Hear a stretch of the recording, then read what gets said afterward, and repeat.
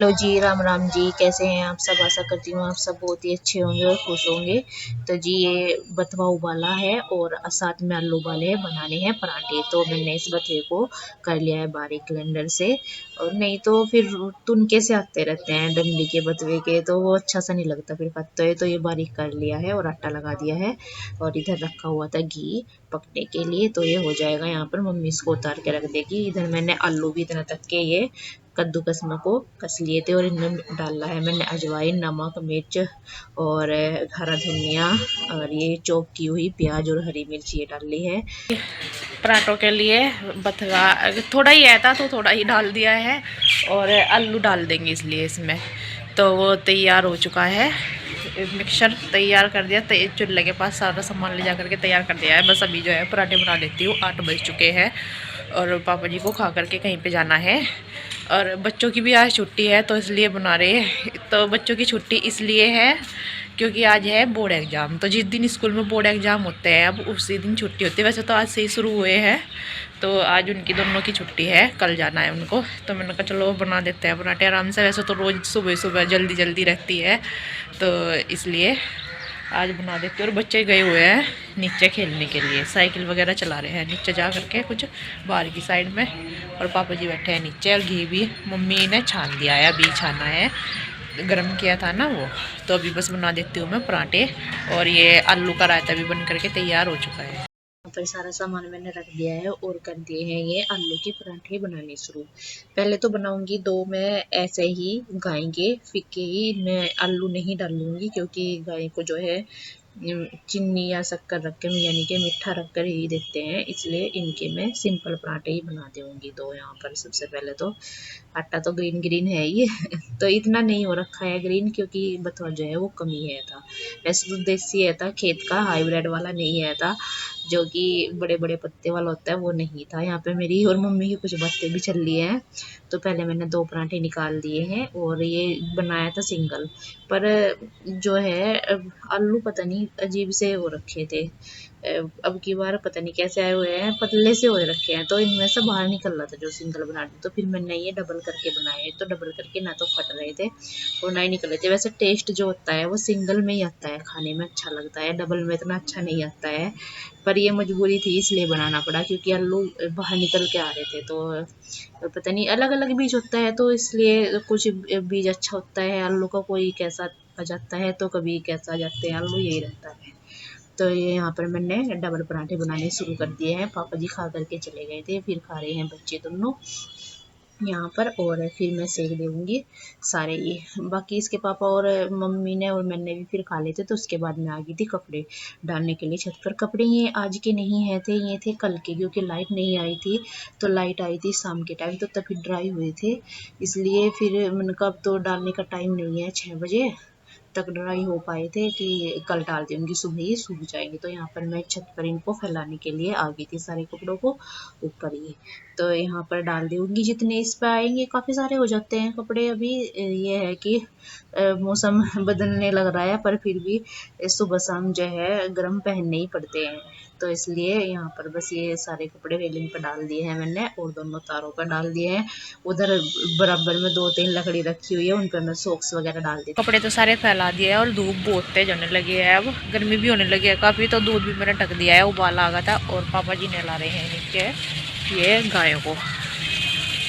तो गायों को नहला रहे हैं क्योंकि अब गर्मी होने लगी है। तो अब तो रोज़ ही नहला जाते हैं। सर्दियों में तो ये था कि कई कई दिन में नहला देते थे, जिस दिन सही सा मौसम होता था उस दिन। पर अब जो है डेली नहलाना हो गया है गायों का भी। गर्मी होने लगी है भाई, मैं बोल नहीं सकते, तो हमें तो पता ही है कि गर्मी होती है, तो इसलिए उनको नहला रहे हैं। और अभी मैं भी बच्चों को नहला देती हूँ, छुट्टी है आज। तो पानी रखा हुआ है उनका गर्म, बस अभी उनको नहला देती हूँ दोनों भाइयों को। बाकी तो सब नहा लिए थे सुबह ही। यहाँ पर मैंने ऊपर से आकर के बच्चों को नहला दिया है और कपड़े धुलने के डाल दिए हैं मशीन में। तो बच्चों को आज सुबह ही नहीं नहलाया था, मैंने कहा तेल लगा दूंगी धूप में इनको आराम से, जब नहला दूंगी सुबह सुबह तो फिर धूप नहीं निकलती है। और यहाँ पर ये धूप में पड़े हैं दोनों के दोनों, मम्मी बैठी हुई पेपर पढ़ रही है और मैं लगी हुई है काम करने पे, चूल्हा साफ करने पे। तो ये ओम आया था अंदर से, बोल रहा कि मेरे बाल नहीं सूखे हैं, मुझे भी अपने बाल सुखाने। और इधर सूरज की साइड में मुंह करके पड़ गया और फिर कह रहा मेरी आईज नहीं खुल रही है। मैंने कहा बेटे इधर की साइड मुंह कर ले तब पड़ जा। तो ये ऐसा नहीं पड़ा, ये भी अंदर से चुन्नी लेकर के आया, जैसे सिवाय लपेट रहा था ना तो इसको भी ऐसे ही लपेटनी थी। और ये देखे ढक करके पड़ गया, और ये तो लपेट लपेट के खेल रहे थे बस दोनों भाई यहाँ पर। और रहती है दोनों की एक मस्ती काटने की लगी रहती है बहुत ज्यादा। ये बस यहाँ पर ये देखिए कैसा बांध रहा, सिवाय अपने सर पर जैसे खेत में काम करते हैं वे बांध लेते हैं ना, ऐसा बांध लिया है इसने जैसे। और यहाँ पर बस मैं लगी हुई हूँ अपने काम में। तो ये इनको हो रखी है दोनों को खांसी, तो इनको मैंने दोनों को खाने की दवाई भी और पीने की भी दोनों ही दी है। और हेमोपैथिक की भी लाई हुई है बूंद वाली, वो भी देती हूँ कि जिससे कि ठीक हो जाए। बच्चों के यही है, खाना खाते हैं और एकदम से पानी पी लेते हैं तो खांसी तो फिर होती है ही अपने आप ही। और ये दुकान पे से भी रोज तो नहीं लाते, पर 5-4 दिन में ये चिप्स वगैरह ले आते हैं, बच्चों को मन करता है, रोज तो नहीं लेते हैं।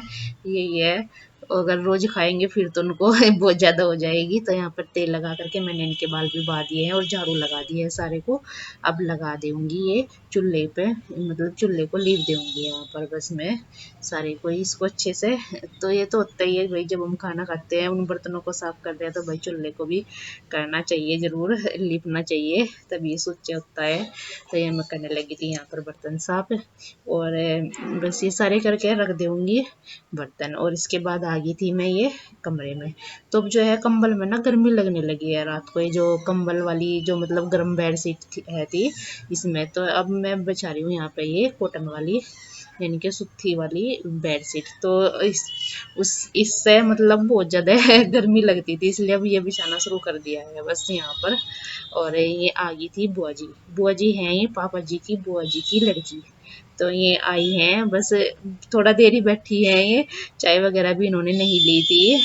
तो कभी कभी आना होता है। तो आई थी यहाँ पर, इनकी ननंद है रामपुर में ही, तो उनके यहाँ शादी आई थी तो ये भात लेकर के आई थी। तो ये सुबह के टाइम आई थी, तब तो भी नीचे ही आई थी गाड़ी खड़ी करने के लिए, और अब ये चलते टाइम आई है। इनको बोल रही थी, मैंने कहा बुआ जी चाय ले लो। अब नहीं बेटे देर हो जाएगी, बहुत दूर जाना है।